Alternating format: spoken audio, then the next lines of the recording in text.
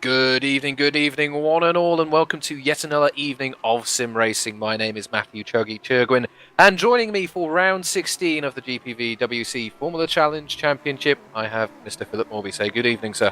Good evening, everyone. So, as the sun starts to set on this year's championship, we've come to the land of the rising sun for the penultimate round of this year's Formula Challenge, the legendary Suzuka race circuit.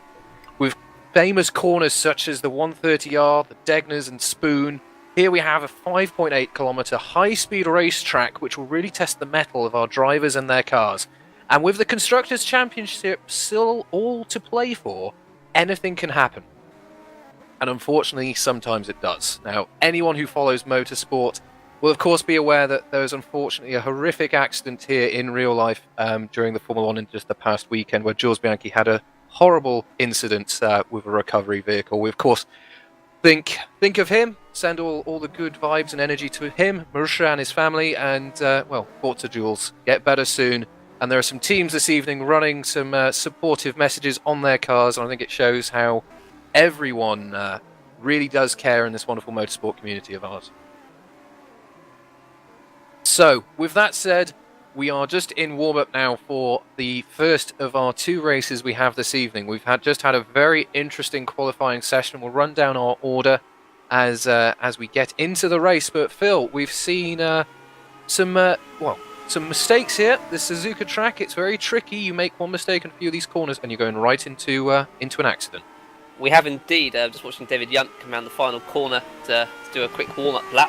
We may try and follow him to do a lap. But yes, the Degners, Degner 1 and Degner 2 are really the kind of the corners to be wary of. Not much runoff here at Suzuka. So 18 corners in total for a 5.8 kilometre circuit. It's it's a very technical circuit. Like I said, Sector 1, the S-curves. I mean, you're just thrown into every single corner. If you get one of them wrong, you mess up the next 3 or 4.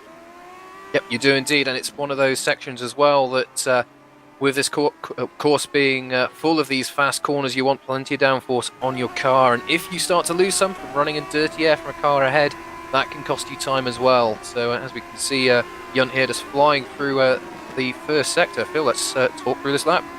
So we're currently coming up towards turn 6 of what's known as the S-curves, as we then get towards turn 7, Dunlop curve. And here we kind of finish off Sector 1, start going towards Sector 2. Now the two Degners here, very tricky here. You've got to really thread it through as we go through Degner 1, and then literally as soon as you straighten the car up, back on the brakes, down to Degner 2. Notice that lack of runoff, especially if you went wide under the bridge, as it is a figure of 8. So that's turn 9 done. Now going towards turn 10 and turn 11, the hairpin. Back round here, you need to get a good exit from this one because it's a long turn 12 towards Spoon curve. He's currently got somebody in front of him, Duvallard, quite a bit up ahead, so he won't be getting any dirty air from that. So yes, turn 13 and 14. Yeah, this is 2 bits, this one. So you've got turn 13 here, just a little bit of straight line, and then you're even tighter into 14, and then you've got this long back straight, slight dip downhill, and you're kind of working your way up towards the famous 130R, turn 15. It's kind of the real, overtakes here are rare, but when they do happen, they are quite amazing.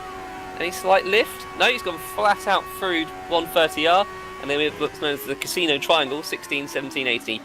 Flick it into the left, and then left, right, flick it into the left, and then again, try to get that power down and fly it all the way around, down to start-finish. Okay, so that's his lap. Slow lap, but he did do a practice start with his launch control. And yep, we've got the first turn here. Again, really tricky corner. You're braking and turning at the same time, trying to get the car to slow down. And then he's given up. Well, I was just about to say, he's clearly been able to get that THR to work really well, because especially going through Spoon, it started to understeer, but then the car really bit into the track surface and got him nice and tight into the corner, be able to get on the power nice and early. So keep an eye on Yunt. He currently lies P2 in our Drivers' Championship, which was decided last time out. Peter Burlak scoring the points he needed to take home the Drivers' Championship last time out in Abu Dhabi, so congrats to Peter for that. But the Constructors is very much to play for, as I mentioned a moment ago. Our top 3 Constructors, those being Walk, Tanskanen and Enterprise, are separated by a mere 66 points, 67 points. So a good run of results for any of those teams, and a bit of perhaps fortune that the others don't score so well, and this could really be shaken up well and truly. So So lots to play for, and we've got a nice full field here of 35, 36 cars to enjoy on this first race of 13 laps. So Walk Racing, I think, had second and about fifth. I think those guys were. So they've had a good start on the grid so far. So we'll see how they do during the race. Indeed, and of course, Enterprise GP, Eric Strawn. Goodness me, what an incredible run he's been on. He hasn't been racing the whole season. He only came in about halfway through, but he's had 1, 2, 3, 4, 5, 6, 7, 8, 9 podium finishes. I think, if I've got that right, just by quickly reading my results list here. So. He's really been doing well, so have to keep an eye on him. Of course, he's got championship ambitions himself. So anyway, with that, we're just waiting for our final drivers to complete their warm-up laps, and we'll be moving to our race start in a moment. Phil, anyone you would suggest to keep an eye on as we call this race? Well, Heinemann kind of came out of nowhere, a really decent lap. Sadly, it doesn't look like my number one fan, Roy Vasili, doesn't look like he's here.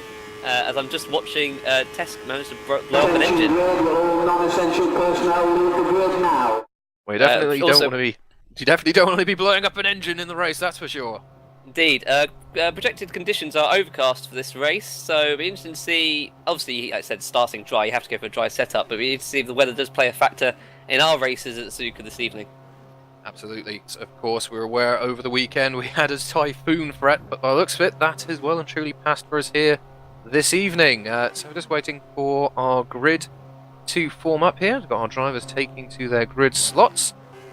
Interestingly, Burlak is on pole, so I'm not sure about Heinemann. that. I can't see Heinemann in the list. He's sat P11 according to this, so unless that's, of course, penalties being applied. Yes. Yep. Right, yes. Yes, indeed. There were a fair few of them. But anyway, let us talk you through our starting grid for race 1 here this evening. On pole, then, we have Peter Burlak for Walk Racing, and he is followed by Eric Strawn in Enterprise GP. Then we have Timu Valkajavi. Great qualifying for him. For Bastovic, he'll be starting P3. And then rounding out the Walk Racing cars, we have Peter Duivala. He'll be starting P4. Then we have David Yunt for THR. He'll be starting P5. And then we have Terence Gretsch for Katana. Very good showing there for Terence. He's starting P6. Then we have the first of the Tanskinens, Jonathan Holmes. He'll be starting P7. Sandeep Choda for Proline will be starting P8. And Bruno Sousa Ferreira for Playseat Racing will be starting in P9. Then we have the second of the Tanskinen cars being driven by James Johnson this evening. He'll be starting in P10. He's followed by Tim Henneman in Aurora, who actually did scoop the qualifying pole position, but of course the grid penalty there has knocked him back down to P11. Then we have Tobias Olsen for Bastovic. He'll be starting P12. Then we have Wupski Hoaxgra for YTF1 starting P13. Lewis Brigade for Backmarker Brigade, continuing the good run for the Backmarker Brigade. He will be starting P14. And then we have the second Enterprise GP of Hansco Mebius, rounding out the top 15. The Viking Racing of Eric Tesk in 16th, with Mike Schroten of Racing Team Schroten in 17th. Thomas Hinz is the other Playseat Racing car in 18th, with Tudor Pangev for JRT in 19th. And Sven Schubert for Zideric Racing, rounding out our top 20. We then have Ben Warren for 21st in the other Racing Team Schroten, and then Sam Jones of Aurora Motorsports in 22nd. Mark Wicks is 23rd for Katana, with Victor Silva 24th for Team Proline, and then we've got a JRT sandwich, which consists of Richard Coxon for Cosmo in 25th, Dave Van Gills, I'm going to guess, for JRT in 26th, and Ollie Belkinen, the other Cosmo, in 27th. Rod Mason for YTF1 in 28th, with Ben Willis 29th for Night Racing, and 30th it's Simon Smith, the other Backmarker Brigade. Then we have Andres Pestovs, who will be starting P31 for Zederic Racing. We have both Velocity Racing cars driven by Timu Toika and William Tringus starting P32 and P33. And rounding out the field, we have James Ross for Viking Racing. He'll be starting P34. So, as these guys are just rounding the final chicane here, of course, our leaders have been sat right up at the front of the grid now for a little while, and we know that this first section, okay, turn 1 on the first lap perhaps is not the heaviest braking zone, but it's one that they'll want to keep, or make sure that they've got plenty of brake pressure and tyre temperature as well. As we've got James Johnson, he's starting from the pit lane by the looks of it, so that's interesting. Perhaps he's anticipating a moment, who knows? We'll have to see if that one pays off. Otherwise, we're now waiting for the lights as we get ready for race 1. 1 light, 2 lights, 3 lights, 4 lights, 5 lights are on, and we are racing. Good start there from everyone. And by the looks of it, Burlak's going to be able to hold on to his lead. Strawn very close behind him. He's now running down into turn 1. Looks like Duivelar, he's been able to get himself up the inside of Valkajavi. He might be able to take the third as Valkajavi's run a little bit wide. Meanwhile, it looks like everyone's pretty much got through there cleanly as we now run into the S-curve for the first time here of race 1. And we have Burlak leading from Strawn from Duivelar. I can't see, it looks like it's all currently safe racing at the back, so it looks like a clean start from everyone. Yep, good stuff to see. Johnson's still being held in the pit lane. He'll have to wait until leader gets to sector, or the end of sector 1, the start of sector 2, which has just happened as a YTF1 has gone off in the background. I think that might have been Whoopie Hoekstra, was it? Or maybe Rob Mason, actually. It might have been Rob Mason, I take that back. Yes, it was indeed. Oh, that was Willis. Oh, Willis losing it at Degna 1, and goodness me, Mason's getting plenty of little nudges there from Timu Toika through Degna 2. A bit of a, can you please get on with it, please, sir? And, Van Gil there into their hairpin, a little bit locked up. As Mason's trying to go up the inside, puts the power down, gets a bit slidey all over the place, but they're still running round as they now run towards Spoon. And just quite looking at the front, we've got Timu, Terence and Jonathan Holmes, 5th, 6th and 7th, close to each other as we come down the back straight, kind of underneath this figure of 8. It's going to be interesting who's going to make the first moves here. Terence having a look on the outside for 130R. This is going to be something. Could be a 3 wide in the 130R. I don't want to watch this. This is going to be something. Who's going to have the bigger cojones? Goodness me, Terence, how have they done that? Terence has gone off. Is he going to be able to get back on safely? Yes, he does. Just about. There's a meaty anti-cut there. Valkajavi, a little bit of a lock-up. It looks like he's just about got away with that. Heineman's had a good lap. Started 11th, already up to 8th, and he's already got Terence in his sights. He should be able to get a nice slipstream down the straight. Absolutely high wings, you should be able to get a real advantage here, but by the looks of it, actually Gretsch has got that car well geared.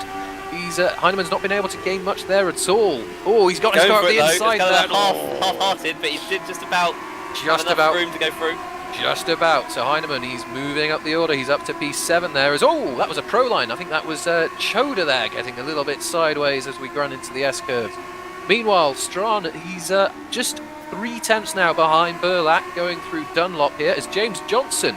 Johnson's only just coming around the start-finish, or onto the start-finish. So he started from the pit lane. I would have thought a bit closer as Heineman's on the move again. Thank you, cameraman extraordinaire. He's having a look up the inside of Valkajavi, and that's a lovely move down into Degner 2. Under the back straight there as we run up towards the hairpin. His next target will be Holmes in P6. Oh! Don't go breaking on the grass there. That's going to cause you all sorts of dramas, but well caught there. I think the little incline might have helped a bit to get that car back and pointing in the right direction, but that's a little scare for him. Heineman driving well. Doesn't want to throw it away this early on in the first race. So we've got Strawn caught right to the back of Peter Brilak at the top 2 places at the moment. Only 3 tenths between them.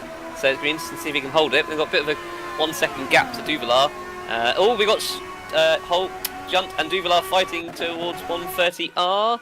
Let's see if Junt's going to do anything into the final little corners. Let's see, is he going to chuck it down the inside? Nope, he's going to take the outside line as Duvelar covers it. Is he going to try and get a better exit down the pit straight? I think so. I think he's potentially going to be thinking about lining up for turn 1, but we just saw a second ago, Gretsch had that car well geared.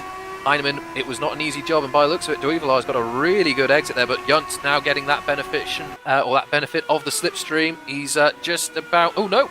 Duivelar's been able to pull out a little bit there, so no action down into turn 1 and 2 for Junt this time round. But it looks to me like there's a little bit of a difference between the amounts of wing being used by some of these cars, and I think some cars are finding it easier to defend than others. So we'll have to see. Evidently, a few cars have been able to get a bit more grip out of the tyre, out of the mechanical, rather than the downforces. Oh, look at Junt there. Really nice and tight through the apex there of turn 6. Pangev come off and caused a massive incident down the back of the order. That's a big crash. I've got Ben Warren, I think, has been hit. Has he? About 3 or 4 cars all went off there. It was Pangev, I think. He got touched by Hinds, went off the S's and just came back on very dangerously. Yeah, that's just having a look at that. So Pangev, he's down to P21 at the moment. It looks like Hinds and Schubert were having a scratch. Schubert goes round, Hinds goes round, and then you have Pangev, who unfortunately just seems to rejoin into that. So yeah, real drama. Plenty of front and rear wings lost there. So plenty of cars will be heading for the pit lane, and a real drama there in the midfield, which has really actually segregated our race now. We've got, our top 13 or so, all in proximity, and then we've got a fairly sizable gap to the rest of the field. So I think the top 15, 13 or so, they're going to be thanking their lucky stars. They can just focus on attack rather than anything else. Anyway, Schroten in P12 has just gone around the outside of Victor Silva there towards 130R, although by the looks of it, Victor Silva's fighting back. As I've just been told that there's some drama or some fun happening at P20. It's Pangev and Thomas Hinz again. Pangev's no front wings. He's obviously going to go wide and let them all through, but a few of these guys will be going in for fixing. Oh, Mason! Oh, that looked like a touch, or might have been just a I think lock in of the rear axle. Oh, that's a pity. Oh, that's the real issue there down into the last chicane. You're going at such high speed, you get on the brakes so hard. In fact, it's the hardest braking corner on the whole circuit, and that is what can happen if you just get it a little bit wrong. Yeah, you're so worried about hitting Coxon there. I think he just slammed on the brakes, and sadly it didn't work for him. What a shame, but I'm sure he'll bounce back. YTF1 have had some really good results this year, so fingers crossed for race 2. Meanwhile, just to focus on the front while that's been going on, Eric Strawn is well and truly under the wing almost of Petter Burlak. The gap now just down to 1.6 tenths as we're running through the hairpin here. Strawn clearly being able to get a bit of performance. Blimey, there was quite the tyre mark left there by Burlak, I think, as he was powering out of the hairpin. So clearly, perhaps an issue there, getting some traction down, but Strawn, he's having a look into Spoon, no way through that time around. He has a little look just to put himself in the mirrors. Burlak will see that. He goes, I'm fine, thank you very much, you can stay there. As he gets a really nice exit from Spoon. As we run down the back straight, can Strawn do anything into 130R? So I'm currently watching Terence Gretsch and Tim Heinemann. Seems to be our battle of the for this race, 6th and 7th. Heinemann's made some decent places up at the moment. He's got a bit of a gap to the car behind him. Is he going to look for 130R? Sorry to speak over you. I thought, nope, Strawn, he was just he just had a little look, but Burlak is locked. Burlak is locked up. Heinemann's having a look around the outside at the final chicane. He's going to try and line him up for the pit straight here. He should be able to do him. Yeah, he's got a wonderful exit. If he can keep the power down, he's going to need nudging him down the pit straight. Hey, a little bit of bump. A little bit of streaming and bump in there. As Heinemann, we've just been told by cameraman extraordinaire, who's of course Lewis Redshaw this evening, has actually Heinemann lost a place in that lap, so he's actually trying to retake. That'll explain it. Oh, spin in the back. Who was that? I think that was one of the Bastovic. Valkajavi looks like it. Yep. Oh, big moment down into turn 1. Just looking on the replay, he's battling Choda and Mebius running down into turn 1. Let's see, will he turn in and Choda? Looks like he just tapped the back of Choda. Oh, yes, indeed he did. Mid corner. Yeah, I think that was just a little misunderstanding in terms of corner speeds there. That's a real shame for Valkajavi. He's had a cracking qualifying. Let's see if he can bounce back.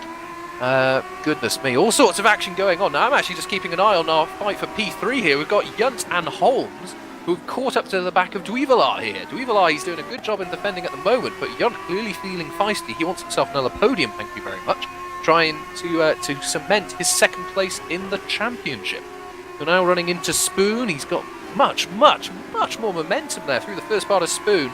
Duivelar running a little wide perhaps on exit, but Yunt, he's got himself nicely in that slipstream. Don't think he'll be able to get alongside through 130R, but he might have a go down into the final chicane. Let's see, Yunt having a little look through 130R. Nothing he can really do there, but he's now pulled out nice and early. He's going on the racing line. Can Duivelar get that one stopped for the chicane? Oh, just about. He's gone wide. He's going to compromise his entry and exit onto the back straight. Yunt well and truly up the gearbox now of that walk racing car. This is all helping Holmes as well, kind of catch up to both of them. So is indeed. Oh, and he had a look to the left. I think Duivelar just about covered that a little cheekily, but that's that. I think Yunt had to get out the gas actually to avoid a little bit of contact. But proper little fight here for our 3rd place, our final podium position. So we'll keep an eye on that one. Meanwhile, Strawn still well and truly tucked up on the rear wing of Burlak. This fight for 1st and 2nd continuing, as we are now running on lap 6 of 13. I'm just watching Sandeep Chodra and Hansko Mebius, 8th and 9th, really fight it out. Oh, he's looking like he's going to go around the outside of the Dunlop curve. Is he going to try and hang it out? Oh, nope, he doesn't make it over to. He's going to try and duck underneath. Yep, that's going to be interesting. This is not a corner for two tall cars. Oh, no, Sandeep! Oh, goodness. He managed to hold it. He had to catch that and then some. Goodness, we saw a moment like that in warm-up with a car, and he went careening into the wall there. So good job from Chodas to catch that one and keep it on the tarmac somehow. Goodness, but Mebius, he's got that job done. You put your car in that position, You're just saying to the other driver, well, you know, I'm here, what are you going to do? So, Moebius, good overtake there. But Chody's not giving up. He's right on the rear wing again of Moebius here, so this one isn't done. Duvalar and David Yunt, P3, P4 at the moment, going through 130R. Yunt still behind Duvalar, really determined. Is he going to try and take the... He takes the racing line here, but Duvalar manages to cover him each time. Oh, he's going around the outside! Oh, lovely. Can he keep it, though? Yes, he can. Oh, lovely stuff. You don't see that very often. But Duvalar's got a better exit on that corner, and now he's going to be back at him down towards turn 1. And look at that difference. That must be less wing. Because goodness me, what on earth? Even Holmes has got a good run out of there. Oh, my goodness. Oh, can Holmes get it done? No, he can't. But he's up the inside for turn 1. Oh, there's contact. Oh, they just about keep it all together. Blimey. God, blimey. Steady, lads. Sweet run. Yunt's been trying to attack one position all the time and gained it and then lost 2. Exactly. I think that is just pure wing performances. Oh, Strawn! Strawn now is in the lead. And he's in the lead by a healthy margin. So that must have been a moment there from Burlak. Oh, yeah, yes, indeed. He had a moment going through turn 1. Just looking on the replay here. Oh, on Pow, he got out on that exit curve from turn 1. He's caught it well. Yeah, he caught that very well. But he's now got a 2.6 second gap to Strawn. We'll have to see if he can claw that back in, as he has done many times this season. So an uncharacteristic mistake there as he exits the hairpin. At the moment, though, this is good. I mean, even though he has lost the top position, this is good for Walk Racing, currently 2nd and 3rd. So some decent points on the board for them. Absolutely, and they'll be critically outscoring their nearest rival, Tanskanen. Tanskanen, we've got Holmes running in P4, and James Johnson, who started from the pit lane. Just having a quick look, see where he is. He's currently P31. He's just caught up to the back of the field. So. Drama there for the Tanskanen boys, but Enterprise GP, they're doing pretty well as well, P1 and P8, so they'll be moving forward a bit. So not a radical shift perhaps in the championship standings as it is, but helpful all the same. Holmes is having a go for 3rd position. He's managed to split Duvalar and he's ahead. Really out there, nicely into the braking zone, into the chicane at the end. Yep. Looks to me like we've got a bit of a difference here in the amount of aero some of these cars have won. Because look at Duvalar. How much momentum and speed he caught up there coming out of the corner. And let's see, can they go too wide into turn 1? We've seen plenty of cars do this. And looks like they're giving each other plenty of room. Duvalar's been able to carry some of that momentum around the outside. Oh, looks at Duvalar's got it. Oh, and there a touch. Holmes has gone off. He's lost his front wing. That's a drama for Tanskanen. That's going to help anyone all but Walk Racing. Now just watching this on the replay. Does he get a little touch? No. Oh. It was the faintest of touches, but I was just having a quick look. He actually got Duvalar around the outside of 130R originally. Managed to just about hold it around the outside and get him on the inside for the chicane. Goodness gracious, but if you go around the outside of 130R and overtake someone, fair play. It's bad for Tanskanen though. Unfortunate for Tanskanen that unfortunate for Tanskanen that they're going to lose some valuable points there. He's going to have to get that wing put on because you're definitely going to want some downforce around the Suzuka circuit. Interesting fight between Heinemann and Gretsch. Gretsch really harrying here, Heinemann. Been both moved up a position, of course, there because Holmes has lost his front wing. But, Gretsch really sticking with Heinemann. Yunt's gone wide in 4th position there. He's fighting Duvalar. I've just seen that round Spoon curve. He kind of going towards Spoon. Yeah, he's just lost it under braking and just went wide. And and Heinemann has done the same thing. Gretsch has got ahead of him, but critically, Heinemann's been able to get a bit of an extra speed boost as we went to 130R. Whoa! Just about a car's width left. Gretsch is still well and truly in there. Who's going to be latest on the brakes? Oh, the lockup. Heinemann holds it, though, just about round the outside. I think he got a little bit of a compromised exit. Gretsch is still right with him. Oh, what a lovely scrap this is developing into. Goodness While that's me. happening, Petter is actually catching up on Eric Strawn. We got 5. This is having 4 laps to go, and currently 1.6 seconds. So that's gone down a second. Somebody's falling down. Oh, it's Holmes in the pits. Holmes is in the pits, and he's going to fall down the order. I think he's going to fall right out of the points. Yes, he is. He is indeed. Yes, but Burlak, he's taken a second out of Strawn last time around, as Heinemann and Gretsch still continuing their side-by-side antics in places no one thought 2 cars could go. But good stuff from these two. As Duvalar's spun. Only a little bit. Oh, right. Goodness me. Cameraman extraordinaire. Very, very excitable. But Yunt now right up with Duyvelar again. Can he do anything now? Because it clearly looks like that THR is running a bit more wing than that Walk Racing car. So it's going to be that age-old matchup of who's going to have the higher top speed as Judd almost sideways into the corner there on the brake. Interestingly, though, both Walk cars, they're leaving a little bit of tyre mark on the traction zone. They're out of their hairpin. So interesting, they're really trying to put a lot of power down as quickly as they can. That might be wearing out their rear tyres. Tyre wear we don't think will be an issue tonight, but still, you want to make sure that you've got plenty of rubber left for the end of the race. We're on lap 9 of 13, so we're getting, well, we're past 2/3 complete, but tyre wear, always something to bear in mind in these open wheel races. So I'm just seeing where the fights are. We've got Schroeter in 10th, and just ahead of him we've got Bruno Sousa Ferreira in 9th. Chandy. Sorry to talk over you, we're going to have two side-by-side, Heinemann and Gretsch. Gets up the inside just before 130R, but Heinemann's coming back. No, he's not. He's decided to tuck in for this time round. Gretsch, really good exit from Spoon there. He got nicely into the slipstream and gave Heinemann the choice. And, well, both got round. Heinemann's going to get it back. He is indeed. Goodness me, look at the slipstream effect there as they run over the start-finish. Or not. It's going to be a close one down to turn 1. He's going to get better lines. He's going to try around the outside. It's going to be a bit of an interesting one. He's put the car there. Yep. Gretsch put his car there to try and close him out, and Heinemann was able to squeeze himself up the inside for the next part. So Heinemann, for me, I think he's a bit quicker, you know, but I think Gretsch, he's just been able to get that car hooked up really nice with that top speed, to stick with the slipstream and keep up. This is a tasty little fight. That's a little tasty fight. So we've got a nice scrap now developing between Burlack and Strawn. That gap now 1.4, so a little more time taken out from Strawn by Burlack. We've got a nice scrap now developing for P3 and P4. We've got a great scrap for P5 and P6. Let's not discount the midfield either. We've got a really nice little train forming here. Oh, Schroeter's got off! Negative 2! Oh, yeah, I was taking the front wing. Oh, goodness, that was that front and rear wing by the looks of it. So that's him well and truly had his chips. I was just about to say we've got a nice train of cars, Schroeter being one of them, but unfortunately he's just lost that then to Degner 2. Had his chips indeed, cameraman extraordinaire. That's the end of that one. That is the end of that one. Anyway, a nice scrap now developing for P7 and P8. Choda, he's feeling, oh goodness me, how on earth? Oh, Choda, goodness me, that was a bit of contact inside into Spoon. And he's lost a place from that because he had to run a little wide. He tried to be really brave and go around the outside. Not quite going to work that one out, but he's got a good exit actually. And he's really harrying the back of Bruno Sousa Ferreira in the place seat. Going to be right up the back of that place seat car as they run through 130R. Can he make anything happen down into the chicane? Bruno goes defensive. Can Choda go around the outside? Yes, he can. Lovely move. Lovely stuff there. Good recovery. So, yeah, we've got 7th, 8th and 9th all close together. And then a 4-second gap to Lewis McGlade in 10th.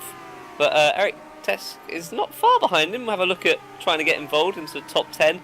Schroeter's now in the pits, and he's going to again be out of the points. I think that's no points. Oh, he's locked up going to the pit lane. Whether that be a drive-through for speeding, I don't quite know. But he was getting his car fixed. I don't think there's going to be points in this race. That's a pity, but you know we've got a reverse grid. Top 20 or 20 to 15 could all be reversed round. So still opportunity to get yourself in the mix for race 2. Good to shout out though, Lewis McGlade running P10 for Backmarker Brigade. Or just about the bridesmaid last time out. We'll get to that in our race warm-up for race 2. But good showing last time out in Abu Dhabi, and he's going to score some more points tonight, which is good to see. The gap between Strawn and Burlack, our battle for the lead, down by half a second in the last lap. So Burlack, he's got a little bit more pace in the car. Meanwhile, we still have Junt right on the back of Petter Duyvelar, both driving for all they're worth in trying to score their or a podium position here this evening. And then Heinemann and Gretsch, they're still together going just through Spoon. In fact, they're only separated by a few tenths of a second. Hang on, we've got going through Spoon in 12th and 13th. We've got the two Basvik guys. Are they pushing each other? Not too much. Just wondering if Timu Valkyjar's going to have a look towards 130R against his teammate. He's got a better exit and very good slipstream here. They need to get. They've got quite a bit of gaps to Timu Toikun 14th, but they're going to go side by side through 130 as teammate. Something I would not think about doing. Also, a bit of contact. Just about made it as Petter Burlack has set the fastest lap of the race. Oh, contact from teammates, guys, come on. Oh, they're giving it what for? Goodness me, yeah, Valkyjarvik, that exit from Spoon, well, the whole Spoon corner he did there was lovely. But goodness me, don't turn across your teammate like that. That's going to do nothing but dramas. Anyway, They're still side by side as they're running into turn 1. Goodness me, they're well and truly going at a hammer and tongs. Is Olsen trying to go all the way around the outside? Can he do it? Nice move. Yes, he can. Goodness me. Oh. While that's all going on, at the top, Strand to Peter Brolak, it's now only 4/10, so really in his sight as we're currently on the penultimate lap. Ooh, goodness, sorry, just massive lock up there. I thought he was going to collect the back of Strand. Oh, and Junt's having a look at Duvallard round this corner as well. He's going to try and undercut him round here and get a nice exit towards Spoon, but he's not quite done it with that slide. Yeah, you would. There's a slight camber, ever so slight camber off that curve there, and I think there was just a little bit of a slide induced. He has another little bit of a look, but plenty of tire marks from both of them that time around. These two scrapping for everything they're worth. And catching up. Burlak now, he's right on their gearbox as Strawn. Oh, is he going to force the issue to 130? Oh, yes, he is! Wow! Goodness me, Strawn somehow keeps it on the circuit. They're now really having to defend and keep themselves in good companionship here because they don't want to make a mistake and let anyone catch up and take the win from them. Both got they come through. To the last lap now. So, indeed. If he's going to do it, it's going to be on this lap. It has to be indeed. So this is going to be a bit of a grandstander. As goodness me, look at Burlak really well and truly closing on the back of that Enterprise Grand Prix car. Down into turn 1, Strawn is up and has got that line, that's for sure. You got Junt and Duvallard. Oh! Junt's trying to force the issue as well. Goodness, I should stop being so excitable, but Duvallard there, goodness me, he just got an almighty tap there from Junt. Goodness me, Junt clearly feeling feisty. He wants to really force the issue on this last lap. Here he goes. Oh! Wonderful move. Oh, very Danny Rick type move there. Yep, the S's. Absolutely. He was going all the way around the outside. So was Junt that time round. So he's got just a lap to have to defend this now. We can probably safely say that he's got a bit more wings, and he's got arguably the fastest section of the track ahead of him. So that's going to be tasty as we run through. Oh, Sandeep's off, and Sandeep's lost his front wing through the S's. And see how he comes to lose that. I'm just quickly watching that if you want to talk over. Sure thing. Well, I think we have to keep our eyes on the fight now for the podium. So we've got Burlak and Strawn. They're right well and truly up together. The gap just 0.1 of a second between those two as they're running into Spoon. Strawn's going defensive. Burlak's got up the inside. Going round the outside at Spoon. Are you kidding me? Oh, he's nearly got it done. Strawn's got his car up the inside there. Goodness me. And Burlak's done it. Goodness gracious me. This is an amazing move, but Strawn's gone, oh, I'm not having that, no way, I'm going to have a look down into 130R, thank you very much. But look at that, that Walk Racing car, it's just a little bit quicker. They are in fact touching through 130R. Strawn, he's taken the racing line, who's going to be latest on the brakes?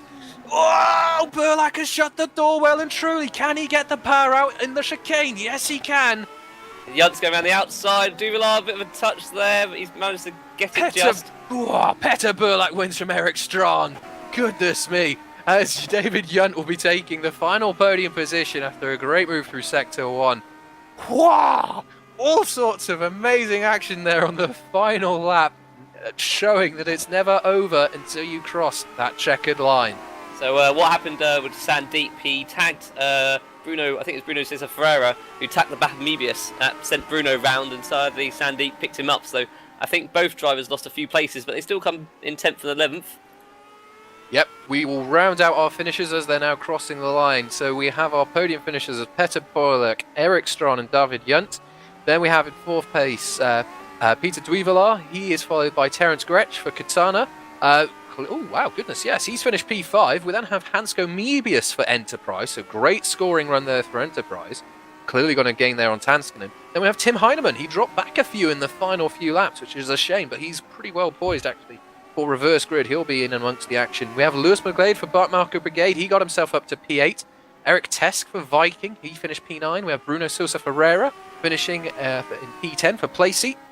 Then we have Sandeep, who we saw had a moment there on the last lap. He finished P11. Then we have both Bastovic cars of Team of Al-Qadravi. Great race result there for him. Got past his teammate then. Indeed, P12 after that little bit of a drama. Then we have Tobias Olsen. He finished in P13. Victor Silva came home in P14, and then we have Jonathan Holmes for Tanskanen. After that front wing replacement, he came home with a point. So good race there, and that is a good comeback there for Holmes. So good stuff. And our 5 drivers who are in contention for that reverse grid are Timu Toika, Thomas Hinz, Richard Coxon, Ollie Pelkinen, and Rob Mason. So I have to wait for Race Director Extraordinaire to draw our random number for our pole position man for next time around. But goodness gracious me, that was quite quite something. So many battles. It was interesting because we usually have a lot more fights going on right up and down the field, but we had to focus on those ones at the front. It was usually first and second for fighting, third and fourth for fighting, seventh, eighth and ninth for fighting, and we were able to kind of focus on those fights, and they were quite physical. Like I said, a few taps round. We had a few people retire due to accidents. Ben Warren went out right on the last lap there at Degner 2, sorry. Obviously went wide at Degner 1, straight on at Degner 2. William Tringus had suspension issues, and Tudor Pangev, yes, caused that massive incident through the S's, also did not finish. So drama's there. Bit of discussion at the moment between drivers about a few of the moments through Sector 1 there, but oh, goodness me. Some really sterling driving there. I honestly can't believe how many times we saw cars side by side through the first sector, which is always traditionally one-way traffic, through 130R, which is normally one-way traffic.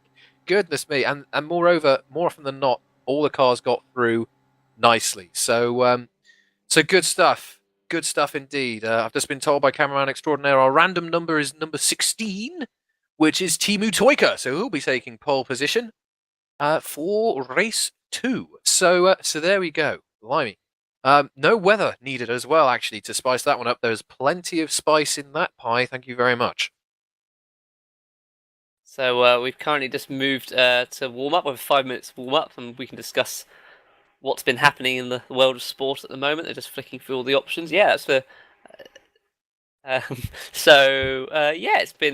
was a good fun race to watch, and bring on race 2. Wondering if we will get any weather for this. Well, we'll get any weather. Of course, we'll get weather. It'll be sunny. Whether we'll get any rain for this race, I don't think we will. But we've been called wrong. I remember Monza. We got it pretty wrong there, didn't we? Oh, we did. But that was a cracker of a race as well. But anyway, have we actually ever got it right, guys? Just butting in here. You want to know something? I don't know this. I really don't know. Just very worth. If someone who's watching, so basically, we need to find out if we've ever got it right. Yeah. I think it's safe to say it's going to be dry. You know what? I'm calling it here. It's going to be a dry race 2. There you are. Even though 100% wet. Yeah. There is a monsoon in the area. Saying that, if it was anything like the touring car race last Monday we had at... Where did we race that? In Japan, Autopolis. It was wet, then dry, then wet, then dry, and then probably wet again for good measure. Indeed so, and actually it's a good thing that you mentioned that, because of course we haven't actually mentioned yet what we've got coming up in the very imminent future. So of course this week we have our career ladder, so we have Formula Challenge, we have Super Cup and Super League, that they will be running, Super Cup tomorrow and Super League on Thursday, so join us for those. And of course we have the final round of this year's International Touring Cup from Interlagos. That will be next Monday. And 3, I'm sure, action-packed tin top races for you there. But if you're at all interested in joining in any of the racing, open wheel, tin top, who knows, a little bit of something different, a little bit of Le Mans racing, who knows, feel free to head over to GPVWC.com and sign up to get involved. So, all sorts of racing to be had, and well, it's not just this race which has been happening tonight. We've had our Open Series for our new drivers, and Phil, I believe you've got the results. I do indeed. Thanks for putting me on the spot there, where I don't actually have it open. Oh, where have we got? Phil! Right, so, qualifying, we had Dimitri Doom... I'm going to get this totally wrong. I'm going to apologise in advance. Dimitri Dumoulimista in pole position. Francis Cabrera, Tomislav Asivin, our top 3 for quali. In the race, it was Francis who managed to gain that one important place and win at Suzuka in the Open Series. Dimitri down in second, and Timu Cabrera actually in third. I don't actually know where he started, but he did quite well there to make his way up to the final podium spot. Yep, good stuff from our Open Series drivers, just showing that they are available. If any of our teams need a prospective driver, of course, we've got a nice way of bringing new talent into the career ladder here, which is always good stuff. Can I just mention something? Of course, Lewis. What have you seen? Super Cup is it's the championship's tied, isn't it? And I just thought it might be worth pointing out for people who don't watch Super League on Thursday, because that's just going to be boring and dull. And that one's already been decided. But Super Cup is worth watching. And for those of us who don't quite know the difference between Super Cup and Super League, what is that? What, in terms of driving, or in terms of driving in cars? Oh, one's basically a Formula 1 style car, and one's pretty much more GP2. So in Super Cup you get a lot of close racing. You get a lot closer racing because there's a lot less downforce. And Super League, it's just like F1 really. but a bit less overtaking. So there There's you are. no DRS, but is there any DRS? I don't think there is. No, we don't have DRS. We were going to have KERS, and then that just didn't work out right with boost and stuff. But yeah, watch Supercup. Don't watch Super League. Wow. So there you go. There you go. So no need for funky power units there. Anyway. So yes. shall I explain something we missed? Obviously, we got quite surprised with, which was Tim Henman. So he got pole during qualifying today, and then he started 11th. It turns out that was for avoidable contact early on in race 2 at Abu Dhabi, which we sadly didn't broadcast. Apologies for that. And that's why he was given a 10-place grid penalty due to also not finishing that race. So rather than getting a time penalty for that one, he gets a grid penalty for the next one, which was this, sadly. So very much a Schumacher-esque thing to do, get pole and then get a penalty. But yeah, it didn't turn out too bad for him. I think he finished about 7th in the end, or was it higher?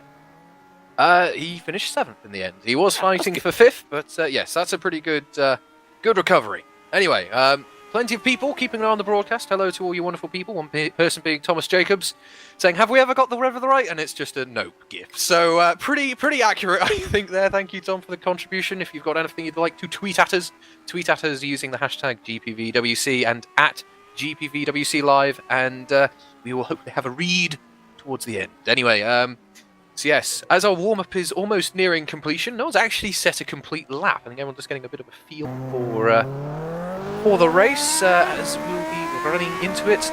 We've got a reversed grid, but not massively reversed, with Timu Toika taking pole position for P16. Phil, who is going to be your ones to watch?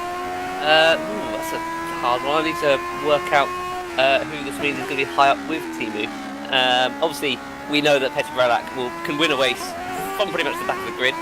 So if he's going to be down in 16th place or 17th place, he'll be definitely worth seeing if he can do something from there. Yep, and well, I wouldn't bet against Petr either, but you want to know something? Mega impressed with Timu Valkajavi. Yeah, I believe this is actually his first race in the Formula Challenge. Great qualifying. Oh, nice. A few moments in the race. I mean, but we've all been there, right? So yeah, good stuff. Keep an eye on him. I predict him to go forward, so hopefully I haven't just cursed anything there. Anyway. So we've cursed the weather and 2 drivers. Does the cameraman want to curse anything here? We're doing well. We're doing well. I Can think we we're curse doing me? well. Can I Thank be you very cursed? much. So yes, that's pretty much summed us up nicely. So we're just waiting for the grid to get formed, and we'll go to the actual warm-up lap. Absolutely. So I'm looking forward to this. Race 2 always throws up a bit of a spanner in the works, but here we go. We had a nice clean start. Hopefully we can get that again, as we now are just about to move into race 2. I'm just waiting for it to happen. Next session now. Non-essential personnel leave the grid now. I try and set it up, and you go and talk. So Anyway, no rain, but it is overcast. overcast and a little bit colder than it was before. Anyway, Phil, do you want to talk through our top 15 once they've all formed up? I will indeed. They're just probably checking their fuel levels. You don't want to go to the grid without the right amount of fuel. And we're just seeing Timu Toika is lined up on pole. We're just waiting for Jonathan Holmes, who's only got 10 seconds, so could possibly do with hurrying up a little bit, please. It could do, but that could potentially be very useful to Tanskanen. They need some points. That would be a way of doing it. There you go. He's now formed to grid, so I think our grid is now ready to go. So I'll start with Timu Toika, our pole sitter for race 2 for Velocity Racing, with Jonathan Holmes down in 2nd place for Tanskanen. Victor Silva, 3rd place for Team Proline, and then we've got those fighting Basvik racing cars of Tobias Olsen and Timu Valkajavi in 4th and 5th. Sandeep Chodra in Team Proline is 6th, with Bruno Souza Ferreira for Place Seat Racing down in 7th. I would say Bruno. I'm going to be keeping an eye on Bruno this race. Eric Tesk in 8th for Viking Racing, and the Backmarker Brigade, which is totally the wrong name now, for Lewis McGlade, up there in 9th. Tim Heinemann, 10th place for Aurora Motorsports, with Hans Mebius in 11th. Terence Gresch for Katana Motorsport in 12th place, with Peter Duvallard for Walk Racing in 13th. David Yunt for THR in 14th, and then Eric Strand for Enterprise GP in 15th. Then we have the Imperious Petr Burlak, who'll be starting P16 for Walk Racing. Thomas Hinz, really unlucky. He was P17, so one off that reverse grid. He'll be starting P17 for this one. For Richard Coxon and Ollie Pelkinen, the both of the Cosmo cars, they are running together. They'll be starting P18 and 19 respectively. And they are followed by Rob Mason, the YTF1 car. Dave van der Gilt in the JRT. He'll be starting in P21 tonight, and he'll be followed in P22 by James Ross for Viking Racing. He's followed by Sven Schubert for Zedric Racing, and Mike Schroten will be starting P24 for Racing Team Schroten. Then we have the second Tanskanen car of James Johnson. He's really got to move up the order to score his team some points. He'll be starting P25.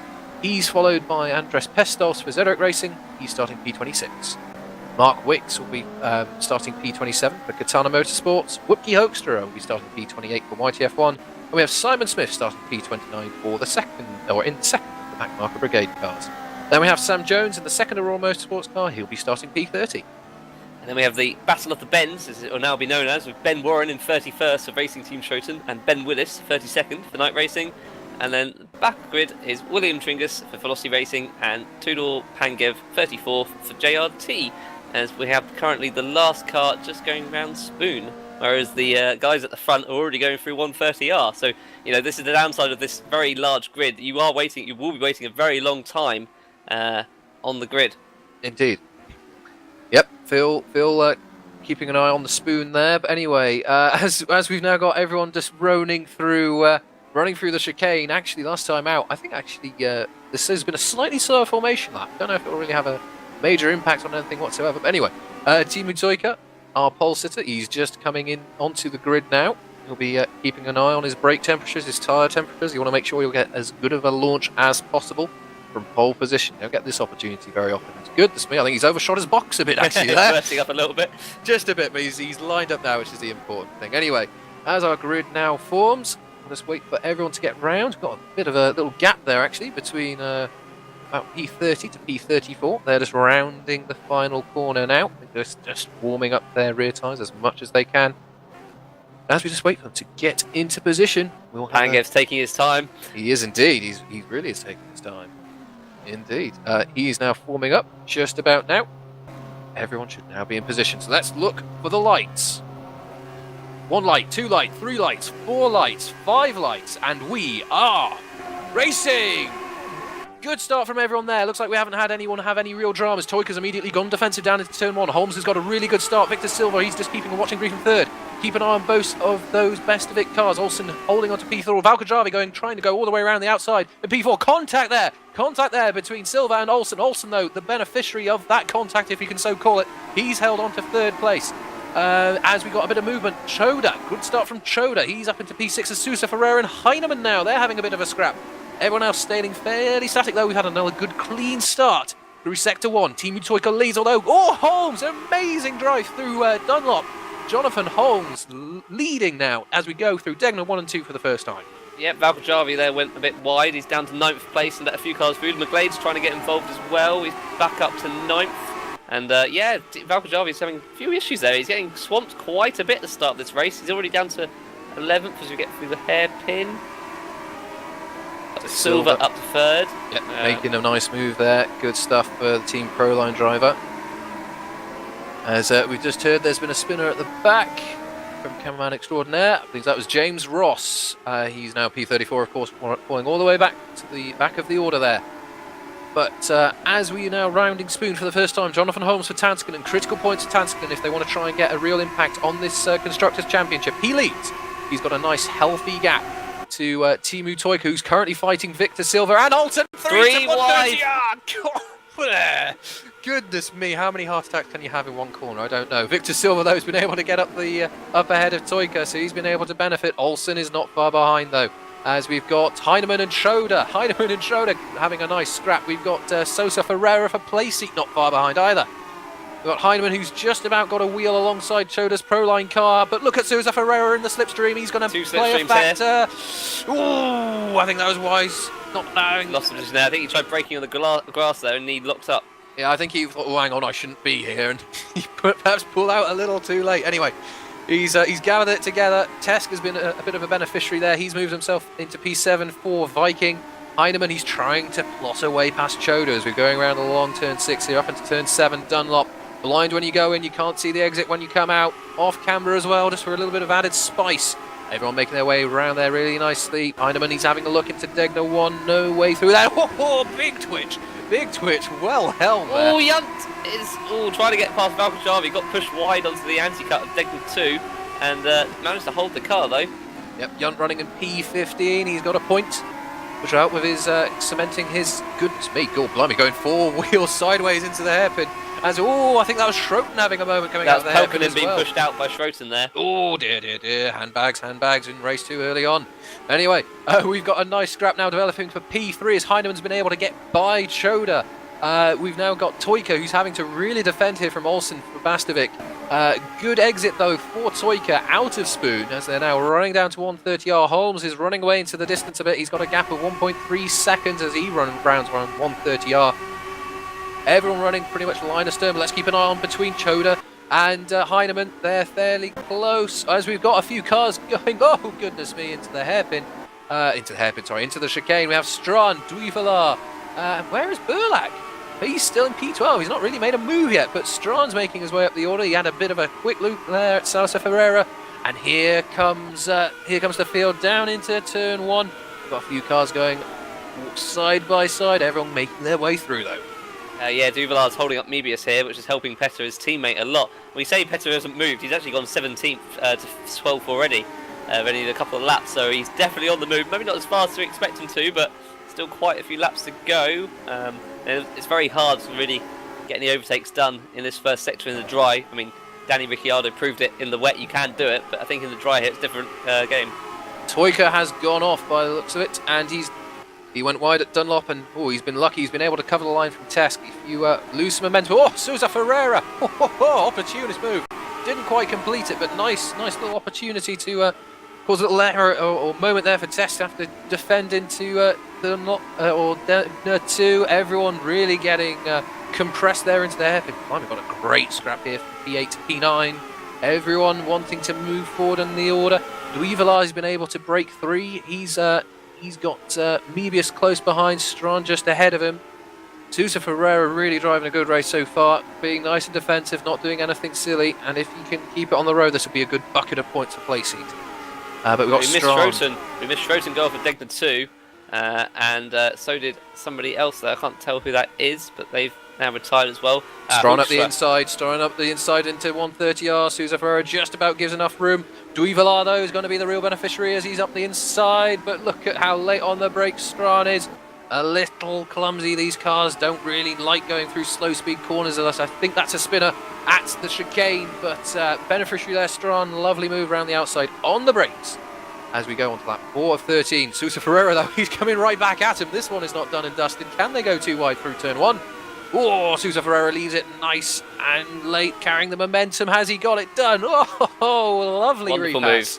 Move. Very reminiscent there of Lewis Hamilton on Nico Rosberg this weekend. Lovely stuff. That is a good point. Cameraman extraordinaire is on the ball. He's keeping an eye on what's going on, and there you are. Man of many talents. He's not only been doing the cameras, he's noticed that Heidemann's got himself up into P2 while all that's been going on. So Jonathan Holmes, he's got a 3.6 second gap to Heinemann, but let's see if Heinemann can make an impact on that and claw his way forward. Silver's gone off just a little bit through Degner 2. Choda's up into P3 as Toika, of course, had a moment a little while ago. Toika's trying to fight Olsen there. Yeah, they're really fighting each other. They are. That's going to be music. It's a long train actually now. It is. We've got a real. Kind of from 5th place Olsen, you get Toika, Tesk, Sousa Ferreira 8th, Strawn 9th, Hanska Mebius 10th, Duvelar 11th, Petter's back 12th, just behind his teammate, and Yunt's trying to join the back of it with McGlade. Yep, it's all kicking off in our midfield here, which is what we want to see. Yes, that's a good point. Yep, Cameron extraordinaire, well and truly on it. We've had a few retirements, unfortunately. We've had Pangev, Hoekstra, Schroten, and Warren as Toika going up the inside 130R. Goodness me, there was a touch there, but somehow they're still both going as they run down into the chicane. Olsen, goodness me, he stopped it and then parked it. Thank you very much. Toika not finding a way through that time round. So they remain as they were as they go down the start-finish straight. Let's see if Toika can do anything in the slipstream. Goodness me, he's already gaining at quite a rate. Clearly, this Velocity car has got a little bit less wing than that Bastovic car. That was a bit more of a solid contact. just about keeping it together, those two. That was never going to happen, Tibu. So Warren looks like he forgot to put his brakes on because he went straight on at turn 1. Oh, Just Olsen gave up and let it go. Olsen made a mistake. Toika's through, and he might get gobbled up here by a few of the cars in close proximity. Oh, he's just about held that one together. Oh, goodness me, just ran a little bit wide, got a little bit wiggly, and that was that. So that's a real drama there. EBS Olsen going towards Degner 1. In fact, all these guys going towards Degner 1 is quite scary. Olsen just about hold it. Olsen having that moment. He's lost a few places, but he's not lost a great deal. Cool. I mean, taking all the curb and then some as they run out of Degner 2 under the bridge. I miss Petter going off because he's down 14th. Yes, indeed. Yeah, Cameraman extraordinaire. Yep, James Johnson for Tanskin. That's going to be a drama for them. He ran wide through Degner 1, hit the little anti-cuts which are out there, and Didn't hit the wall. Was that. He managed to save itself from the wall as gap between the top two is now 4 seconds, so Holmes has got a nice gap at the front there. Absolutely, just focusing, putting in those mighty quick lap times. Strawn on Toika though, 6th on 7th, and Tesk is 5th as well. It's a bit under pressure from the 3 of them. This is going to be interesting going through 130 yards. Toika's going to try to take the inside. He's there. Strawn's having to back off a little bit and then put the power back down and try and dive down the inside of. Oh, going to go 3 wide. He's going to take both of them. He's going to take both of them. Oh, nah, that wasn't needed, mate. Well, no, you want to know something? That was, I think, just a bit too much momentum and not enough braking, please. I don't think that was deliberate whatsoever. Goodness me, Strawn, he placed himself really well there, though, through 130R. He saw what was going to happen. I think he caught Tesk a little bit out there by putting his car up the inside, and yeah, unfortunately, just not enough braking force there to avoid the contact. But he hasn't caused a spin or anything like that. A little bit of wheel to wheel is all right, but rubbing isn't racing in these machines, that's for sure. As Jonathan Holmes has just set the fastest lap of the race so far. Gap now up to 4.4 seconds. So we've got Petter in 13th and Yunt in 12th, and they're both of them trying to make the way through. Oh, Petter nearly touching the back of Yunt there. Yeah, there's a lot of traffic basically for the way they see it, but they're allowed to fight them, and they are. Absolutely, absolutely. Defend your position. They are there quite legitimately, thank you very much. And if you are quick as you think you are, you'll be able to get past not only cleanly, but without too much effort either. But anyway, Yunt having on the brakes. Oh, goodness me, that was perhaps a little late, but really I think Sousa Ferreira could have left him a bit more space. But anyway, they're all still running, which is the important thing. No lost wings or some such. But yeah, this is a little bit of a traffic jam for these guys, our podium, on top of the podium chaps from the last time out. So they're going to have to try and navigate this the best they can. But as they are now going through Spoon, Olsen and Sousa Ferreira. Oh, Olsen had a moment, Sousa Ferreira's had to get out of it, and Yunt has gone, thank you very much, I'm going up the inside and past. Can Sousa Ferreira come back at him though as we now run down to 130R?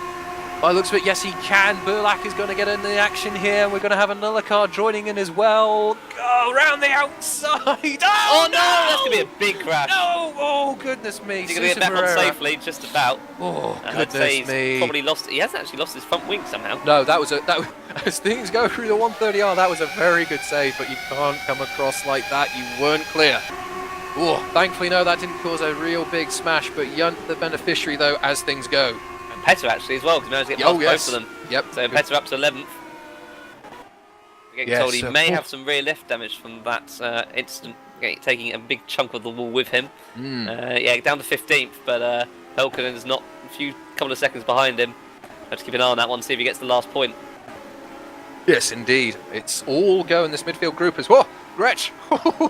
He was having a look at the inside of Yunt there through turn 6, not really a way through there. A little touch. In fact, Olsen, he's made a mistake through Dunlop. Yunt is alongside. Burlak is through. Yeah, they're both going together. Yeah, Olsen having to get across and slow himself down to make the line. Oh, Gretsch, a little bit of a run into. Not quite expecting Olsen to slow down as much as he did. Yeah, you want to avoid contact because a little bit too much of a contact and you're going round, son. Anyway, they all just about keep it together. Burlak, he's still laying down those black lines out of the hairpin as he's now running out of there. We're on lap 7 of 13, and our leader still is Jonathan Holmes. He's having a lovely time. He's now running at his own pace, gap up to 5.1, and actually our fastest lap of the race has actually been done by Eric Strawn in some free air. 144.9, so a very good lap time there, given that you've got race fuel and everything on board. Anyway, Gretsch, he's now fighting with Olsen. This is for P12-13, and McGlade is getting involved from P14. McGlade up the inside. Can Olsen hold it? Yes, he can. McGlade gives space. Can they all get through here cleanly? Olsen, blimey, he looked like he was almost braking there way too early. I don't think McGlade was pleased with that whatsoever. Yeah, goodness me, Olsen braking very early there for the final chicane. Very unusual. And it's given Bruno as well a chance of getting some extra points. He's caught out the back of these two very quickly. They go side by side towards turn 1, which could prove interesting. McGlade's just about got Olsen, but he's probably going to... Whoa! Not like, look at that, probably a tap there, and Bruno's going to try and get past Olsen quickly here. Yep, all go, all through the field actually. We've got some great scraps. So just to recap, we have Jonathan Holmes who leads. He's got a 5.5 second gap. And then we have Tim Henneman, Sandeep Choda and Victor Silva, all very in close proximity. And then we have Eric Strawn for Enterprise. He's having a great second race here, scoring yet more valuable points to try and counter as much as possible the, all things being equal, win here for Jonathan Holmes. As he, round the outside, is he going to go all the way around the outside of Silva through the hairpin? If he could do it, what a magnificent move. Oh, yes, he can. Silva is still there, but that is a move well and truly done. Goodness me, I've never seen anyone go around the outside of that hairpin before. Petter up to 9th as well, getting past Hansko Mebius around the outside of the hairpin as well. So we just hear that Gretsch has just had a moment off the hairpin, so he's not been able to hang it all the way around the outside of Strawn just did, but... Heinemann, Choda. Oh, Choda, look at that. Heinemann must have had a bit of a howler coming out of the spoon curve, but Choda, he's got up the inside. It's a done deal, and look at that. Job done before 130R. Heinemann, he's carrying a bit more speed through the corner, but Choda covers him. Oh, no, he doesn't. He outbrakes himself, and he's going to have to give that one up. Unlucky there, Choda. Good run through 130R. Unfortunately, the brake's just not quite there. Coxon retired there through, he went wide at Degner 1 and straight on at Degner 2, I'm afraid. So what's Petter doing? Petter now up to 8th. He's got past Hansko Mebius, and Tesk is fighting him as well, going down the straight. Is he going to try and go for the inside? No, he's backed off. Junt's catching the both of them, so Junt's pretty much following Petter move for move. He's just about half a lap behind him. Well, I mean, so if Petter can do it, why can't Junt do it? Who knows? Anyway, yeah, you can clearly see just riding on board here with Junt. I think it's just the difference between setup and just line and everything else. Clearly just carrying just that little bit more momentum of the cars around him. And of course, every lap you're tucked in behind is, Tesk! Oh, a little running wide there through one. He'll lose a few places, I reckon. He is indeed. One place, yep. 2 places, yep. So he's down 14th. That's unfortunate. Just got out on that curb there through Dunlop, and you're not coming back from there. There are 2 short course variations here at Suzuka. That tarmac is there, you could potentially use, but also some big old gravel traps as well. So if you get stuck in there, you're going to be losing some places. Anyway, Junt benefits. He's up to P10 and immediately on the gearbox now of Mebius, and Burlak is not all that far ahead. He's eyeing up Velocity Racing and Timu Toika driving that car. Pulsitter down to 7th. Indeed, but that's a good haul of points there for Timu if he can keep it all together. But Burlak, look at that, he's really looking menacing. Really nice line there through Spoon. Keeping a lot of momentum. He's well and truly in the slipstream. We know that walk car has got a little, quite skinny rings compared to some. Does he have that compared to this Velocity car? It appears so. Well and truly sucking up on the back of that Velocity gearbox. But like he's having a look, he's later on the brakes. Can he get it stopped? Oh, a lock up. But he gets it done. He's going to be compromised. Can Timu do anything? Not quite this time. So as we now run down the hill, can Timu do anything with the slipstream as we run down towards turn 1? We'll have to wait and see. But as they cross the line, we're on to lap 10 of 13 as Jonathan Holmes sets the fastest lap of the race. And Bruno just getting up to 12th there against Eric Tesk, who's now going to lose 13th position to Tobias Olsen. He's going to start eyeing up Bruno now. So Bruno coming back quite well here, but he's got a bit of a gap, about 3 seconds to the guy in front now. He needs to be defending from Tobias as we are currently on lap 10. Absolutely. Also worth promoting, actually, we're keeping an eye on the Constructors' Championship. Of course, Holmes, he'll be scoring some very handy points for Tanskanen if he can finish in P1. But critically, you have Eric Strawn in P4. That's going to take away some of the benefit of that Tanskanen points. We have Mebius, who's running in P9, so combine those two, that will probably cancel out the 25 points completely. But even more interestingly, we have Duivelar and Burlak, the 2 walk racing cars running in P6 and P7, and their scores will probably cancel out Enterprises. So it's all staying as it is at the moment. Pretty sure that Enterprise will have jumped Tanskanen off the back of the results or the provisional results, I should say, from race 1. So yeah, not going well for Tanskanen this evening. Right. But and Petter's up to 7th, and it's his teammate heading 6th. That's already fighting Victor. I reckon if Petter gets to the back of Duvelar probably lets him by. and let Petroliak attack Silver for 5th. Absolutely. It's could be a I'll bit say of that, team Duvall's action. just managed to pass him actually. Duvall's up to 5th there, getting past Victor Silva. Could potentially be some team action though. You never know. You never know. You might just let, slow Silver down a bit, let Burlak catch up, and a bit of a team effort. Oh, Silver! Oh, he found a little bit of a gap there. He was having a little cheeky look into the second part of the chicane there, but not enough to get alongside Duvall. So a good move completed there from Duvall. He's now running on P5 as we're now on to lap 11 of 30. So what's the gap at the front? It's now 6.3. It's pretty much steadied out at around 6 seconds, but Tim's managed to pull away a bit more now from Sandeep. 1.1 second gap. Sandeep, that's why. Eric Strawn in 4th place is really attacking Sandeep through Sector 1 here, trying to find a chink in his armour, but he's not going to find it around here. Absolutely. In fact, Strawn last time around set the fastest lap of the race, so Strawn and Holmes are trading fastest laps. But Strawn, he's well and truly harrowing the back of Choda now down into Dunlop 1. No way through there. Let's keep it all together. And through Dunlop 2. Let's get a nice exit here. Goodness me. That's Smith. I think he's just getting out of the way from the leaders so he doesn't intervene or cause a drama there. Righto. And we just had cameraman extraordinaire. Mention apologies for any dramas with the cameras, but we're trying to cover it as best we can. But anyway, Strawn and Choda, we'll go radio if need be. Strawn and Choda are still fighting. Choda still leading the pair as we're running through Spoon. Choda, he just doesn't have enough momentum. He just doesn't have that momentum edge on Strawn. Strawn's got a really nice exit, and he's going to benefit from all the slipstream as we now run down the back straight. And Petter and Silva, Petter and Toika, are very close to each other again. So I reckon Petter's had a mistake here, or they're just both catching up Silva. Strawn takes P3. Lovely move executed. Good run out of 130R. He's been able to get up the inside of Sandeep, and that's that done. As we've just heard some dramas from cameraman extraordinaire who caught something there. Oh, did. Yes, can't be having that. Of course, yes, that makes more sense. But yes, cameraman extraordinaire noticing that Petter ran wide through Spoon, and he pushed Timu out the way a bit into the chicane. So we're not so keen on that, Petter. We know that you're a quick man. Prove it by doing some quick passing. Thank you very much. Anyway, interestingly, Strawn has somehow gone behind Choda, so I didn't quite catch that one. Oh no, Choda, great move down into turn 1. That's what happened there. Anyway, Strawn, he's got right back on the gearbox again though. Choda, he's gone, I want this podium, thank you very much. You can sod your championship. I'm having a go. I don't have anything to worry about. You do. So overtake at your peril. Anyway, Choda, he's doing a great drive here as we run up into the hairpin.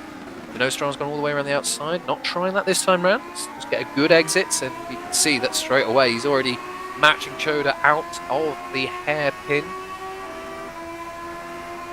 So just hearing that Simon Smith for Backmarker Brigade is just pitting with some damage, which is a pity to hear. As Strawn, he's trying up the inside of Spoon. No way through there. Oh my goodness me, or maybe there is. He's got himself alongside Choda there. Running down the exit. He's not going to get a nice exit out of Spoon here, but he's still... No, okay, I'm going to eat my own words. And he's going to have a go at him down 130. Let's see if he can do it. He's pulled out too early, and now he's not getting the slipstream, so it's affecting him, but he's now going to try and get a bit of slipstream here and dive down for the hairpin. I hate when I pull out too early. Yeah, he hasn't gone for it. Perhaps a little mind game, oh look, oh no, I've made a mistake. Just let the driver ahead of you to start to think about something other than defending the line into the next corner. No, look, there you are, alongside, and you just lost your podium, thank you very much. Anyway, we're now on the final lap of the race. We saw some last lap heroics from some drivers last time around. Let's see if Strawn can get... Oh, he's going to tap the back of them. That was the difference in braking massive there. Yeah, that's just the difference in cornering speed. Strawn harrying all over the back of Choda, and if he can really pull out some miracle, he might be able to catch Heinemann as well as Peter Duvallard to set the fastest lap of the race. So just hearing a collision down at the back of the field, which is a pity between Mason and Van Gils, and between Rob Mason and Van Gils. But anyway, Strawn, he's trying around the outside of Dunlop. Not going to work that time around. Sandeep's got that one covered. Nothing through the Degners either. Choda doing a great defensive drive here. Strawn, he's clearly got the pace, but, don't throw it away on the last lap of the race. You've got some good points for the constructors and your drivers' challenge. Duvallard, though, he's catching ever so slightly as this is carrying on. And I don't think he'll be able to play an impact, but a few more laps, you never know, he might have been able to. Anyway, I'm wondering if Petter... Actually, no, there's no point because Petter's got the championship wrapped up, so I don't think Duval will be giving that position away. Yep, no, it's all going to be the same number of points to the walk racing, all things being equal. Now, interestingly, we've got to keep an eye on Jonathan Holmes, who's just approaching 130R, going through 130R now, but we now have Strawn. He's having a look at the inside of Choda. He's tucked in. We've got back marker in the form of Comsai Smith, our wonderful. Strawn, he's having a look. He's got himself up the inside. Smith spun in front. There's a little bit of drama. As Strawn, he's got that third place. But Jonathan Holmes brilliantly comes across the line to win race 2 of the evening. Heinemann comes home in second. And Strawn, goodness gracious me, by less than a tenth of the second, beats Sandeep Choda at final step of the podium. More great racing on the final lap here this evening. And Suzuka living up to its name for giving us great racing as always. Anyway, as our drivers are finishing, let me run you through our top 15. We have winning the race, Jonathan Holmes from Tim Heinemann and Eric Strawn rounding out our podium. We have Sandeep Choda after a great fight there. He comes home in P4, well deserved. He's followed by both walk racing cars of Peter Duivelar and Petter Burlak. Then we have in P7, second in the Team Proline cars of Victor Silva. He's followed in by the second Enterprise GP car of Hanska Mebius. Timu Toiko, our pole sitter, he's come home in P9 with David Yunt of THR in P10. Lewis McGlade, another strong showing for Backmarker Brigade, he's come home in P11. Bruno Sousa Ferreira for Playseat has come home in P12, more good points for Playseat. Eric Tesk has come home in P13 for Viking Racing. Timu Valkajavi for Bastovic, more points again, P14. And then we have James Johnson. Good drive there, good recovery for the Tanskanen driver, so it's a double points finish. Sandwiching out our points finishes here. He has finished P15 tonight. My battle of the Bens didn't go too well, I'm afraid. Ben Warren retired on lap 3 with lap 4, sorry, with suspension damage, and I on the second to last or last lap, retiring second to last lap, sorry, at the Dunlop curve using the back end of the car. So he technically finished ahead of the other Ben. But also didn't finish. And I cursed both of them. So, sorry guys, that was my fault, wasn't it? Yeah, I do fear that Curse the Commentator has struck everywhere and abundantly. But what I will say, however, is no rain. So, at least you were right about that. So, we were right on the weather for once. Hang on, no, I thought we said it was going to rain.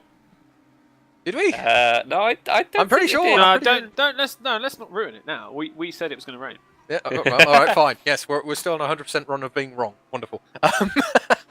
Anyway, drivers are now just finishing themselves, getting themselves back to the pit lane after what has been 2 superb races tonight. Hopefully we'll have some drivers joining us in the commentary booth for interviews. But Phil, blimey, talk us through your highlights of this evening. I think it was just the great racing. It's just everything just happened. It was, like I said, very hard for the cameraman to keep up, very hard for us to keep up. What was going left, right and centre. It was fights up and down the field. As usual, as we expect, kind of made interesting with that Sector 1 where it's very hard to overtake, even though there were some interesting lines going through there. Yep, absolutely. I mean, there were some overtakes being done which, well, we always kind of joke, oh yeah, you know, sim racing lines, you always go around the outside and whatnot, but there was some great side-by-side driving, which was always good to see, you know, drivers giving each other plenty of room. I mean, I've never seen so many overtakes or attempted overtakes through 130R before in a single or a pair of races before like that. And yeah, just some great racing. Good to see, not too much argy-bargy, although a little bit, but still. Good stuff from the drivers, and good points scored in our Constructors' Championship, and, well, good points scored by our drivers. Even though that one's been sealed up, you know, there's still pride to be had for finishing second and third, of course, and anywhere, in fact, in the drivers' standings as well. Anyway, so good racing all in all, and as always, Formula Challenge delivers some great spectacle to watch. Anyway, so everyone's now come back into the pit lane, and you want to know something? I think everyone's being shy, which is a real shame. I think they are. I think they've... Eric Strawn is about to go in. Nobody on at the moment. Just seeing who we're expecting. Top 3 of Jonathan Holmes, Tim Heinemann, and Eric Strawn, who has just joined us. Indeed. So congratulations, Eric. Welcome, and goodness gracious me, some superb overtakes from yourself tonight in both races. Talk us through your evening. Yeah, pretty decent overall. I was kind of happy when Peter managed to put it sideways in race 1, but I made a tiny mistake just the lap after that because my tires were, pretty spreading themselves, so I couldn't quite keep it on track, so I lost about a second. I think that cost me the race, because otherwise I don't think he would have been quite close enough to make that attack, but oh well. And then race 2, just business as usual. Luckily there was no, or lucky or unlucky, I'm not sure which way how to see it, but there was no crash this time, so you actually had to overtake people the proper way, and that worked as well. Yeah, there were some superb moves. And actually, I was just saying a moment ago, it was really nice to see actually so much side-by-side action, up and down the field. But in race 1, yourself and Petter, a great scrap. I mean, you got ahead because Petter had a moment there, but some really good defensive driving, some really good offensive driving as well. Do you enjoy it when you have a bit of a fight? You really have to think about having to place your car well to defend the line, or how you can outfox someone running into a corner like 130R?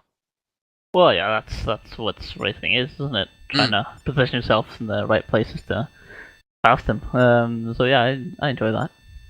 Excellent, excellent. And of course, well, unfortunately, we've only got one more round left, which is Interlagos. And of course, well, with your points all tonight, you're going to put yourself into some serious contention for finishing in easily the top 3 of the drivers' standings. And of course, obviously, Enterprise very much involved now in the constructors' fight as well. Going forward to Interlagos, what's your plan going to be? Just go as quickly as possible, or are you going to be thinking about just trying to score the points you need for the constructors, and are you in general looking forward to rounding out what's been a good season? Yeah, it's gonna be fun to round it off. It's gonna be a nice ending to my racing of this year, actually. But yeah, I'm looking forward to it. I'm just gonna do what I usually do, try to play it smart and don't take any unnecessary risks. To see where we end up at the end of races and end of the season. Excellent stuff, excellent stuff. Pleasure as always, Eric. Thank you very much for joining us. And I Yep. believe we now have David Yunt to join us as well, so hopefully he'll be joining us in a moment as well. So, well, there you are. So now joining us in the commentary box is David Yunt. David, great to talk to you as always. Good results for you this evening. Some really good drives from all around the field. Talk us through your races. Well, evening. I wasn't even that sure if it would be good tonight. I mean, Suzuka, I love Japan and stuff, but I didn't have a good feeling for it because at Suzuka you really need to nail, especially the first sector with all technical turns. And I felt like I was a bit too much off, but maybe I got the misinterpretation because I mostly trained with a full tank for one race, so I didn't have the quali pace, and so I was kind of surprised. My first lap got me up to 3rd, and I dropped back to 6th, which was then 5th because of Tim's grid penalty. And I think I spent a very good first race. I think of the whole season, I could probably pick the battle with Pete Drivala as the best I've had this season, with one of the cleanest affairs, but also the closest racing. We didn't drive each other off the track and had a real good battle, which we then ended in the last chicane with me just narrowly going around him and taking the 3rd place for the podium, which was the most I could have hoped for after we managed to drop the pack behind us. As for the second race, well, I got a bit held up. Peter managed to somehow got around me again and gain some places, because I was especially looking at him, following him, because I knew he always finds a way past the slower the cars ahead. And so, well, later on he made a mistake. I got back ahead of him, but in the end he managed to sneak past again when I got held up. And then towards the end I just couldn't.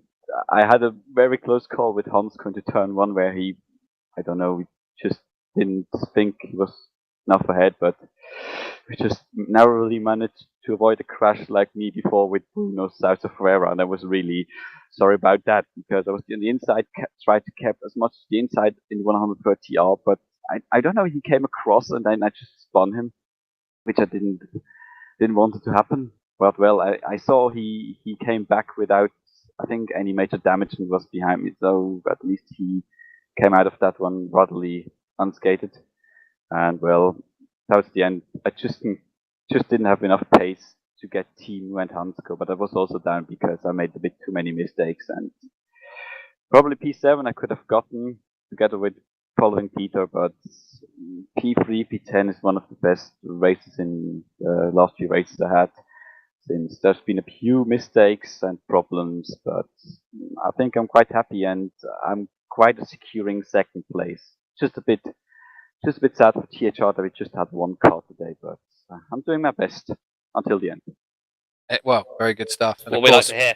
yeah, we've only got one more race, of course, into Lagos. You're still in second place in the drivers, and well, THR they got quite a bit of ground to try and make up in the constructors. So, are you looking now to seal out that second place in the drivers' championship, or are you going to try and give it your best go in both? Oh well, the teams. I think I've lately looked at the standings, and it's even though I think one of the Smile wasn't here, but I think I just didn't manage enough points. Didn't manage one more race win, so 25 points. I think it's rather doesn't look that good in the team standings, and with just one car, we didn't gain as much as we should. But for the team, for the driver standings, I mean, before the session, I was quite sure that Holmes and Johnson, well, JJ, were going to be ahead of me, and then I somehow managed to be quicker than them. But well, Jonathan won the second race, so he's gained more points than me, so it's a bit closer. But overall, I think I just need to get a little more points if I haven't already to secure second, which is most I can do by now. But I'm glad with it. Oh, good stuff. Well, anyway, thank you very much for joining us. Well, from where we were sat, it was great to watch you battle Peter, sorry, in the first race. Very enjoyable stuff. Huge congratulations again. We'll see you in 2 weeks' time. Yeah, sure. Thank you. Thank you. And yes, with that, Phil, unfortunately, we've come to that time again where we have to wrap things up. I think we've already said it quite a few times. Blimey, we've seen some good racing this evening, and well, it's a shame that we only have one more race to go. It is a shame, but we're ending it well. We're ending it into Lagos, as we look forward to, which again, even weather-wise, it's not try and predict it 2 weeks ahead of time, but that always throws up a spanner in the works, and I reckon that's going to be a very fun finale. We got the Drivers' Championship wrapped up. Obviously, the Constructors is still very close, and that's going to be quite interesting to follow. Absolutely. So, all to play for, very much so. Anyway, as I mentioned a little while ago, we've got all sorts of racing here at the GPVWC, and if you're at all interested, do feel free, head over to the website, gpvwc.com, sign up, and well, we may be rounding out this season's worth of racing, but there's always next season, and of course, winter's things as well to get involved with. So, all sorts of stuff. Give it a look. You never know if you like it till you give it a try. Anyway, thanks as always to Phil and Lewis for brilliant work on comms and cameras as well. Pleasure. And yes, we will all see you in 2 weeks' time here for the next round of Formula Challenge from Interlagos. I've been Matthew Chuggy Chugwin. Thank you very much. See you next time out on the racetrack.